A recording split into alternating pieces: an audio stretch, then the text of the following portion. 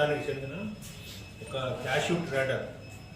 అతనికి ఏం చెప్పను, అతను ఇన్పుట్ ట్యాక్స్ క్రెడిట్ అంటే అతను ఎక్సెస్ గవర్నమెంట్కి పే చేశాడు, నాకు అమౌంట్ గవర్నమెంట్ నుంచి రావాల్సి ఉంటుందని చెప్పి ఆయన ఆఫీస్కి అప్రోచ్ అవ్వడం జరిగింది.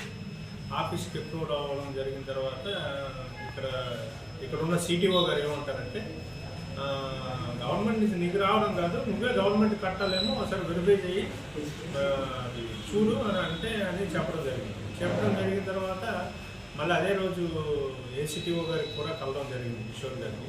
కిషోర్ గారు ఏం చెప్పారంటే, బాబు నువ్వే మరి కట్టాల్సి ఉంటుందేమో, పని చేయి, ఒక ఇనిషియల్గా 1,50,000 పట్టరా అంటే 1,50,000 నాకెక్కడ, నేను ఎక్కడ తీసుకొస్తాను, నాకే గవర్నమెంట్ నుంచి రావాలని, నేను డబ్బులు కోసం నేనే లాస్లో ఉన్నాను, నాకే రావాలని చెప్పి నేను వస్తే మీరేం చేయమో నాకు డబ్బులు ఇవ్వమంటున్నారు, ఏదైనా ఉంటే నోటీస్ ఇవ్వండి, నేను ఎండ్ అవుతాను, ఏమైనా ఉంటే అదేం లేదు, నువ్వు డబ్బులు ఇస్తే లంచంగా డబ్బులు ఇస్తే నీకు నీ ఇష్యూ సెటిల్ అవుతుంది, లేకపోతే సెటిల్ అవ్వదు అని చెప్పడం జరిగింది. లంచం యాక్చువల్గా ఇతనికే రావాల్సి ఉంటే డబ్బులు, పైగా లంచం ఇచ్చి పని చేయించుకోవడం ఇష్టం లేనటువంటి సదరు వ్యాపారించేమో మాకు ఏసీబీకి ఫిర్యాదు ఇవ్వడం జరిగిన తర్వాత మేము ఎంక్వైరీ చేసాము. ఎంక్వైరీ చేసిన తర్వాత మా ఎంక్వైరీలో నిజానిజాలను మేము పరిశీలించి